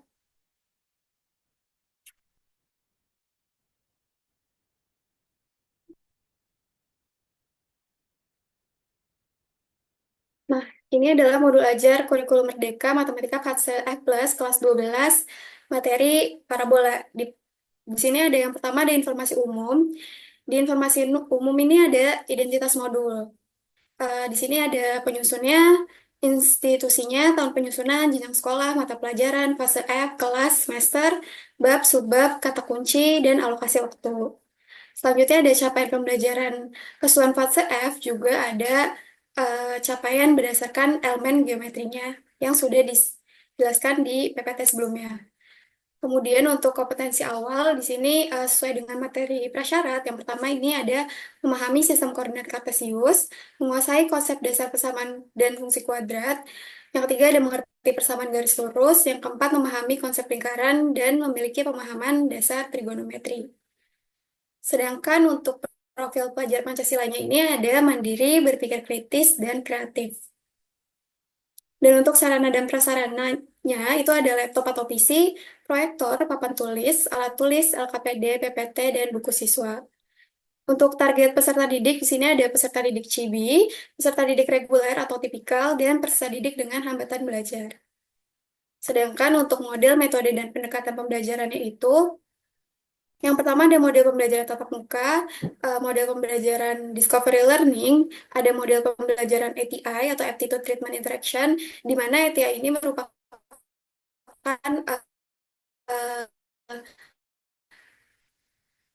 model pembelajaran yang mengelompokkan siswa itu berdasarkan kemampuan tinggi, rendah, dan sedang.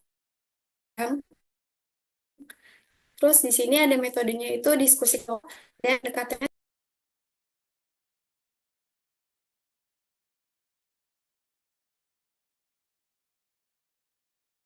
Nah, selanjutnya itu ada komponen inti. Yang pertama tujuan kegiatan pembelajaran.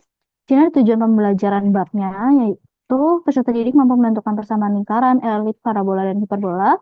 Peserta didik mampu menentukan elemen-elemen lingkaran seperti pusat dan jari-jari lingkaran dari persamaan lingkaran. Peserta didik dapat mampu menentukan kedudukan posisi garis terhadap lingkaran. Peserta didik mampu menentukan persamaan garis singgung lingkaran. Yang kelima, peserta didik mampu menentukan unsur-unsur elit, parabola, dan hiperbola, seperti titik fokus, titik pusat, dan asimtot. Yang keenam, peserta didik mampu memecahkan masalah kontekstual yang berkaitan dengan lingkaran, elit, parabola, dan hiperbola. Yang ketujuh, peserta didik mampu memecahkan masalah kontekstual yang berhubungan dengan garis singgung elit, parabola, dan hiperbola.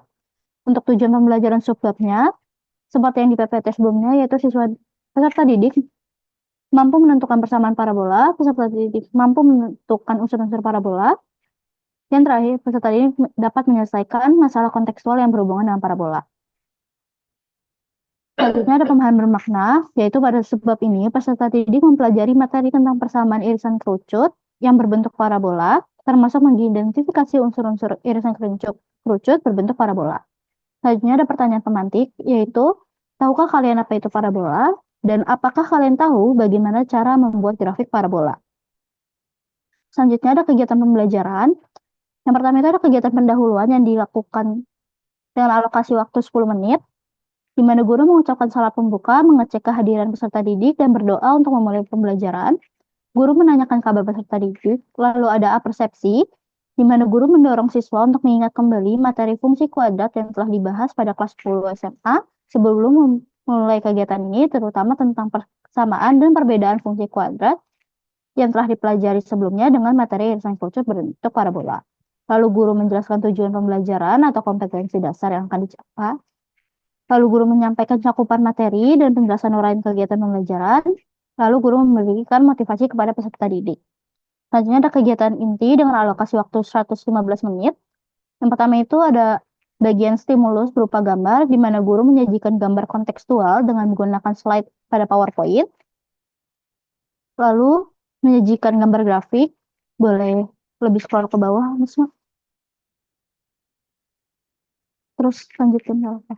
Yang kedua, peserta didik mengamati dan memahami gambar yang disajikan guru, lalu guru memberikan LKPD. Selanjutnya, pada fase identifikasi masalah, itu peserta didik dibagi dalam kelompok-kelompok kecil sesuai dengan jumlah siswa yang ada, yaitu 4-5 orang, berdasarkan dengan klasifikasi yang didapatkan dari hasil asesmen awal yang diberikan sebelumnya, di mana siswa dibagi menjadi 3 kelompok, yaitu dengan tingkat pemahaman tinggi, sedang, dan rendah.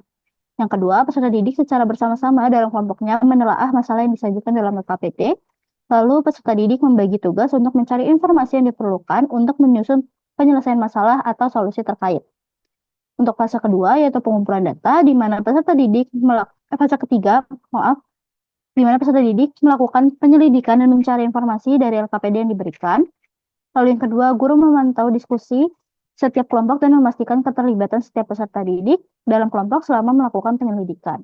Untuk fase keempat, yaitu pengolahan data, peserta didik melakukan diskusi untuk menyelesaikan permasalahan pada LKPD hingga diperoleh hasil pemecahan masalahnya, serta melakukan penafsiran terhadap hasil yang diperoleh. Lalu, selanjutnya itu ada fase pembuktian dan kesimpulan, di mana setiap kelompok menganalisis pemaparan hasil pemecahan masalah kelompok lain, dan guru memberikan kesempatan kepada kelompok lain untuk memberikan tanggapan atas pemaparan hasil diskusi kelompok lain. Lalu peserta didik bersama guru memberikan apresiasi bagi kelompok yang telah menyajikan hasil diskusinya. Lalu peserta didik bersama guru menyimpulkan materi yang telah dipelajari serta membuat rangkuman sesuai dengan masukan yang didapatkan dari hasil diskusi. Lalu, kegiatan yang terakhir adalah peserta didik mengerjakan latihan soal yang diberikan. Selanjutnya ada kegiatan penutup dengan alokasi waktu 10 menit, di mana guru dan peserta didik melakukan refleksi mengenai pembelajaran hari ini dan mengumpulkan LKPD dan latihan soal. Guru mengingatkan topik pembelajaran berikutnya, lalu guru dan peserta didik mengakhiri pembelajaran dengan doa. Selanjutnya ada refleksi guru dan peserta didik. Untuk refleksi guru adalah menanyakan apakah peserta didik dapat memahami materi dengan baik, kesulitan apa yang dialami oleh peserta didik, dan bagaimana cara menyelesaikan kesulitan peserta didik. Selanjutnya untuk refleksi peserta didik, yaitu guru mengajak siswa untuk refleksi diri dengan menjawab pertanyaan berikut. 1. Apa yang dimaksud dengan parabola dan bagaimana bentuk grafiknya? 2. Bagaimana hubungan antara titik fokus dan garis direktris pada parabola? 3. Sebutkan serta jelaskan elemen-elemen dari parabola. Keempat, apa bagian tersulit dari materi parabola bagi Anda dan bagaimana Anda mencoba mengatasi kesulitan tersebut? Dan yang kelima atau yang terakhir, apakah Anda merasa terbantu dengan menggambar grafik untuk memahami persamaan parabola? Jelaskan mengapa atau mengapa tidak. Selanjutnya ada asesmen atau penilaian. Penilaian dilaksanakan secara holistik dan sistematis pada seluruh aktivitas pembelajaran baik pada kegiatan pembuka, kegiatan inti, maupun kegiatan penutup. Selain itu, penilaian juga dilakukan dengan memperhatikan ketercapaian pembelajaran, tujuan pembelajaran, sikap spiritual dan sosial, serta aspek keterampilan. Di sini ada 3 asesmen, yaitu asesmen awal atau diagnostik yang dilakukan pada pembelajaran sebelumnya. Itu memberikan pertanyaan untuk mengukur kemampuan materi prasyarat dari peserta didik. Yang kedua ada asesmen formatif, yaitu observasi kelas, penilaian diri, penilaian antar teman, refleksi, mengobservasi penyajian presentasi dalam kelas, partisipasi dalam kelas, dan mengobservasi partisipasi dalam diskusi dan uji pemahaman. Selanjutnya ada asesmen sikap, yaitu observasi atau pengamatan dari guru. Nah, di sini ada penilaian sikap percaya diri oleh guru, itu diberikan 4 kategori penilaian dari 1 sampai 4, yaitu dari tidak baik, cukup, baik, atau sangat jelas dengan 4 aspek penilaian sabar Mak. Dengan 4 aspek penilaian yaitu berani berbicara depan umum, berani bertanya, mengungkap pendapat, serta menghargai pendapat. Lanjut. Selanjutnya.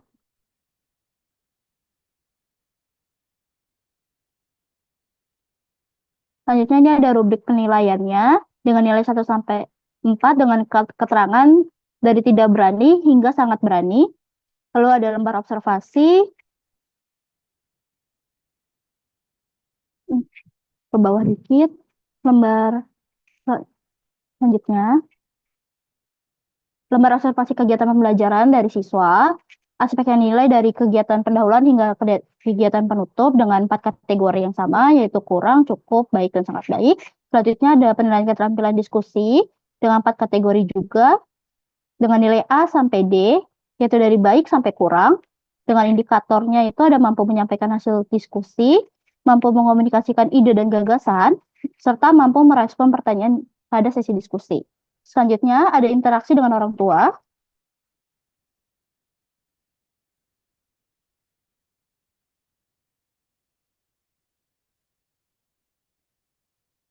Di mana guru dapat bekerja sama dengan orang tua, seperti guru mengomunikasikan kegiatan pembelajaran peserta didik kepada orang tua, guru menjalin komunikasi terkait bantuan pembelajaran, serta orang tua untuk membimbing peserta didik dalam kegiatan mencari informasi yang terkait.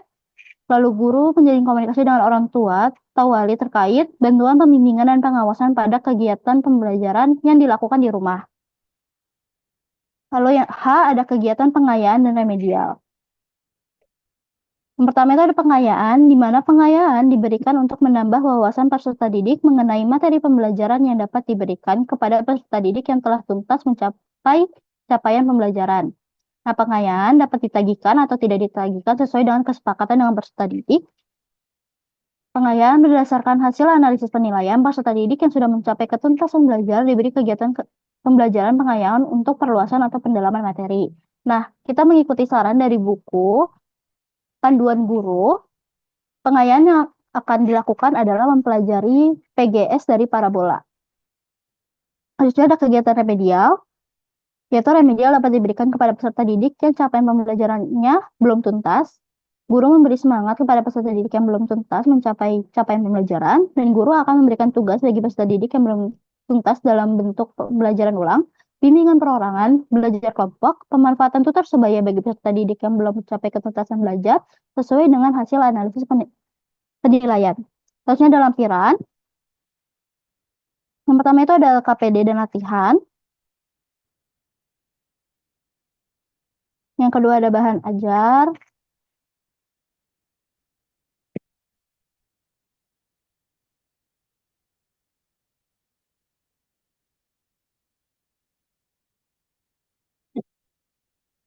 Lalu ada bahan bacaan guru dan peserta didik.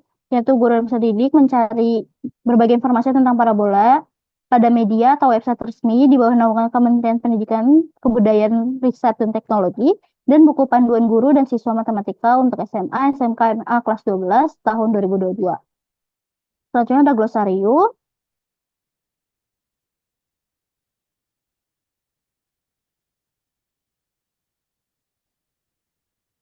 Tentang garis singgung, kedudukan garis, dan parabola, lalu ada daftar pustakanya. Selanjutnya, selanjutnya akan membahas tentang LKPD.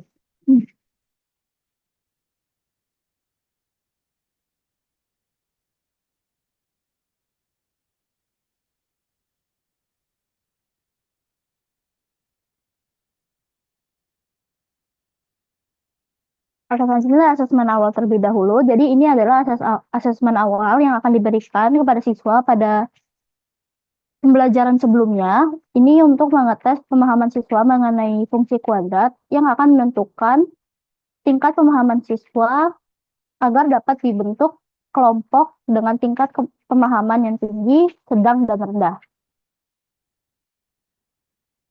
Selanjutnya,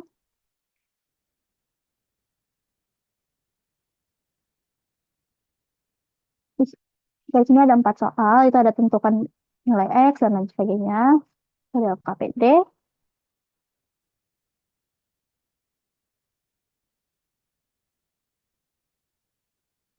Nah, di LKPD ini juga terdapat capaian pembelajaran, tujuan pembelajaran, pada bab dan subbab.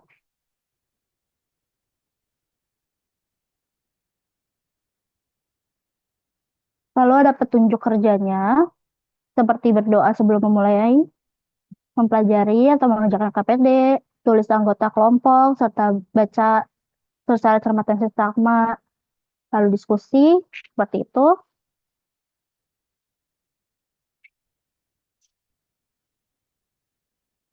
Lalu selesaikan tugas-tugas yang ada di LKPD, lalu tanyakan pada guru dan kumpulkan LKPD. Jadi untuk kegiatan-kegiatannya ini adalah siswa mencari persamaan dari parabola yang berpuncak di titik 0,0 dengan sumbu simetrisnya. Jadi untuk kegiatan 1 itu persamaan parabola di titik 00 dengan sumbu simetris Y. Lalu kegiatan kedua itu parabola dengan titik puncak 0,0 dengan sumbu simetris X. Lalu kegiatan ketiga itu parabola dengan yang berpuncak di titik HM, N dengan sumbu simetrinya X sama dengan M. Lalu untuk kegiatan keempat adalah parabola dengan titik puncak M, N dengan sumbu simetris Y sama dengan M. Di mana di sini kita mengarahkan agar siswa dapat menemukan rumus dari persamaan itu sendiri.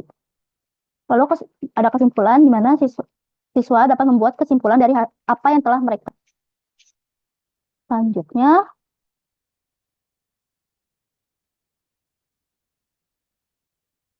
ada latihan, tujuan pembelajaran, serta cara pengerjaannya. Di sini di latihan soal terdapat 4 soal, dengan 1 soal kontekstual, dan 3 soal mencari persamaan parabola dan bentuk grafik dari parabolanya tersebut menggunakan GeoGebra. Selanjutnya,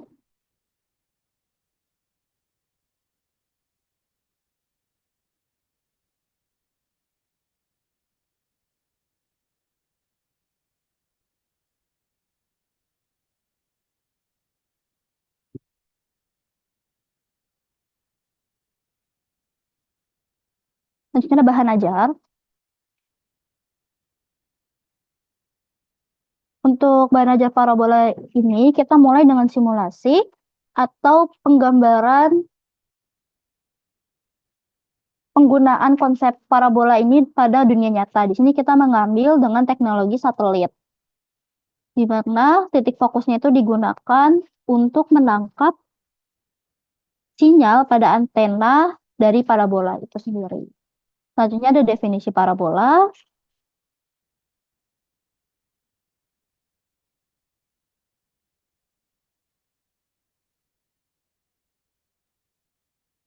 Lalu ada persamaan parabola, sama seperti yang di LKPD itu membahas keempat persamaannya itu, yaitu dengan persamaan parabola berpuncak di 0,0 dengan sumbu simetri sumbu Y. Yang kedua ada persamaan parabola yang berpuncak di 0,0 dengan sumbu simetri sumbu X. Next.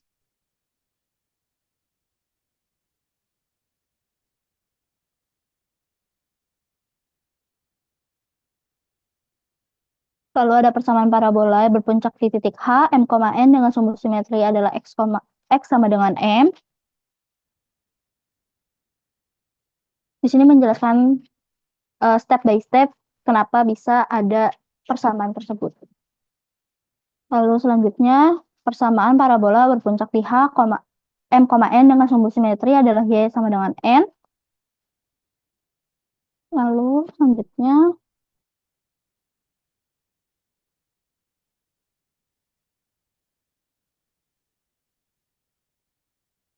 adalah contoh soal. Di sini terdapat dua contoh soal, di mana setiap contoh soal itu dicontohkan cara penyelesaian soal tersebut serta penggambaran grafiknya pada GeoGebra.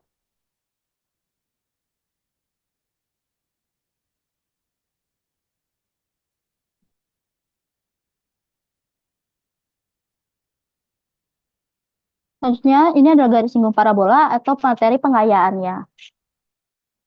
Di sini kita akan membahas tentang metode untuk menemukan PGS dari parabola, yaitu metode pertama, menentukan persamaan garis singgung melalui titik T, X1, Y1 pada parabola. Dengan persamaan irisan kerucut berikut, maka persamaan garis singgungnya adalah seperti berikut. Selanjutnya, menentukan persamaan garis singgung dengan kemiringan M pada parabola.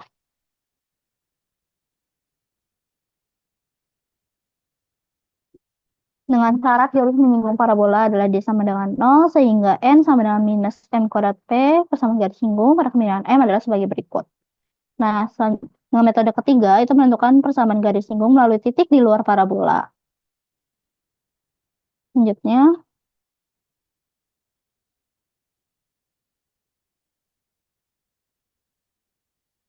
ini ada step by step untuk menemukannya, lalu ada contoh soalnya.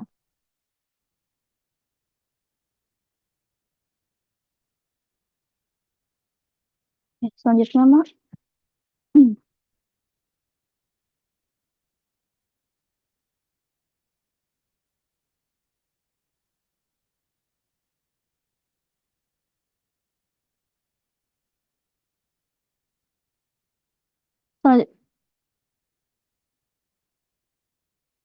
Selanjutnya ada remedial. Ini adalah soal-soal yang akan diberikan bagi peserta didik yang remedial, yaitu sama sebenarnya seperti soal pada latihan, sehingga kita bisa melihat apakah peserta didik sudah memahami TP-nya atau belum. Selanjutnya,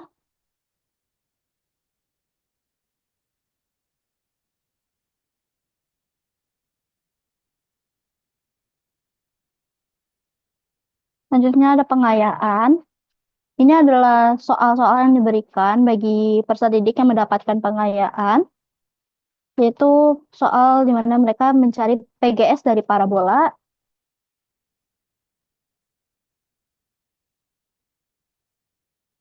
Selanjutnya,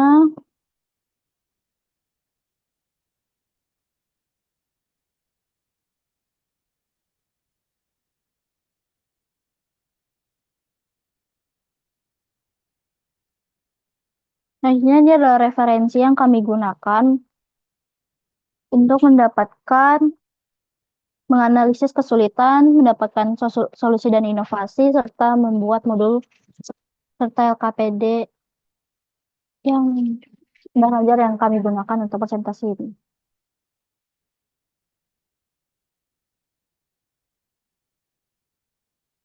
Selanjutnya,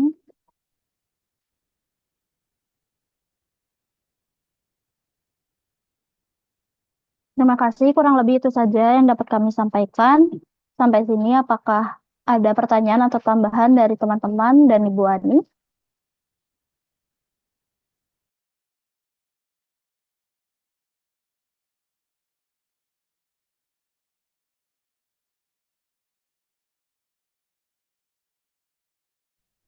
Ya, silakan. Siapa dulu kelompok 10? Baik, yang pertama mungkin Bintang dulu.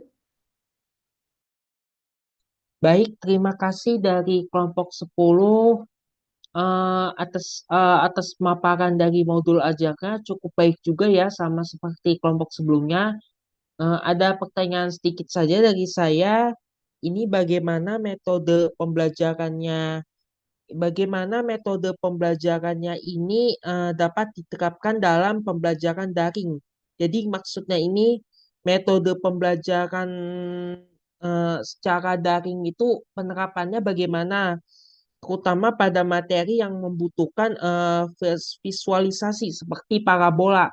Apakah menggunakan apa kayak aplikasi yang teknologi komputer itu tadi seperti GeoGebra, MATLAB, eh, dan lain sebagainya. Atau mungkin eh, atau mungkin bisa juga gurunya itu memberikan peraga yang mempermudah siswanya untuk memahami konsepnya. Apakah seperti itu atau bagaimana? Terima kasih. Baik, terima kasih Bintang. Mungkin pertanyaan kita langsung dulu. Selanjutnya ada Siti Fadila.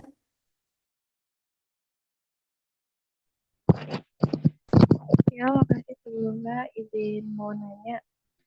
Misalnya ada permasalahan yang mungkin muncul saat pembelajaran berlangsung, itu ada nggak ya solusinya? Terima kasih.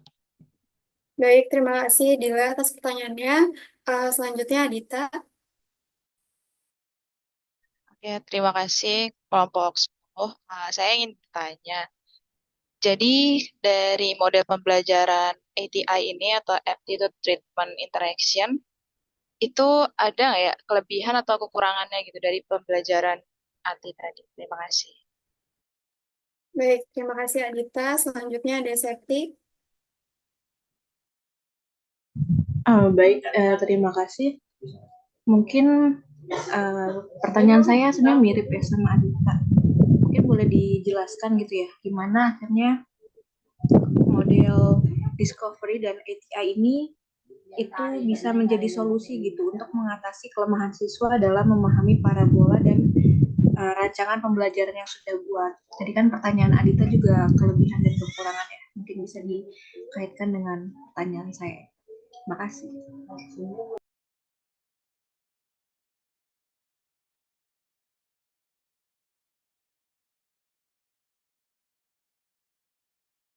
Baik, Anissa.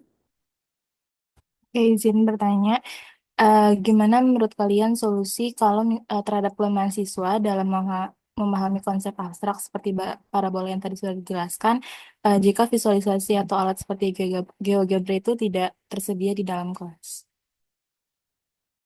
Baik, terima kasih Anissa Fitri atas pertanyaannya. Ibu izin minta waktunya sebentar buat diskusi ya, Bu.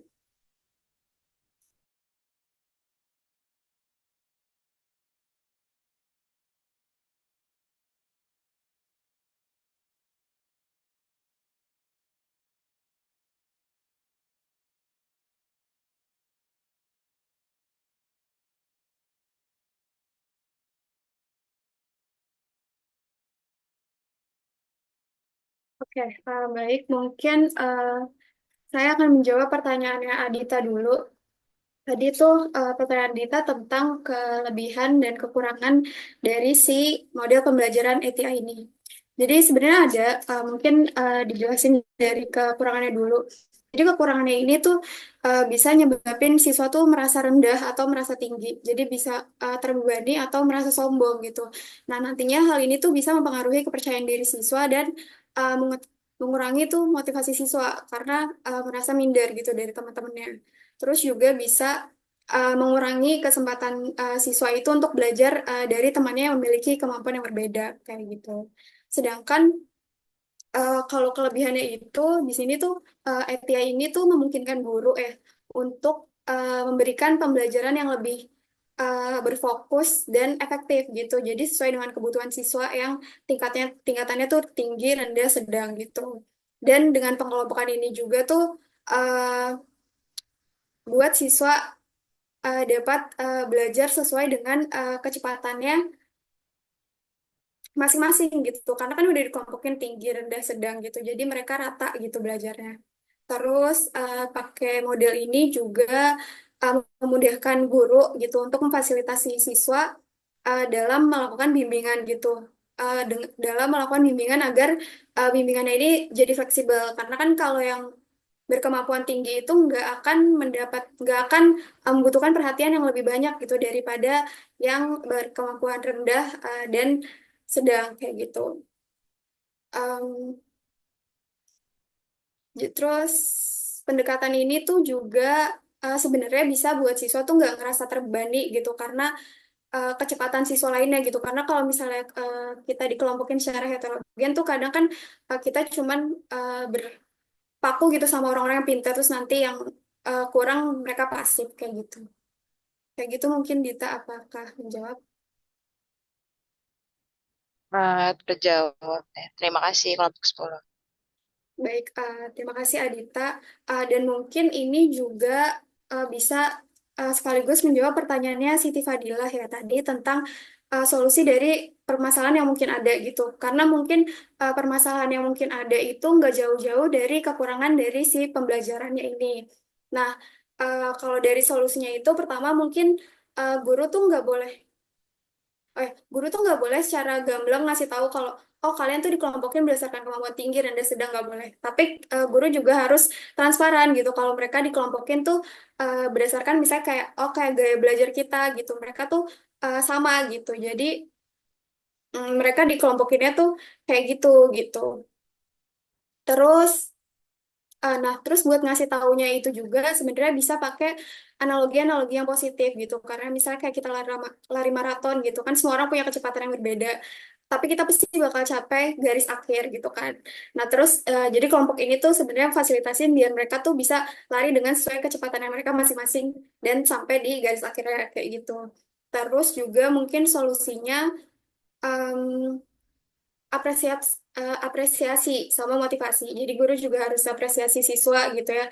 Mau yang tinggi, mau yang rendah, mau yang sedang. Jadi itu harus rata. Juga sama ini apa rotasi kelompok. Jadi kan kita nggak akan selalu melulu pakai pembelajaran yang kelompoknya itu homogen gitu. Jadi mungkin di pembelajaran lain itu pengelompokannya juga harus beda-beda kayak gitu. Apakah menjawab Siti Fadila?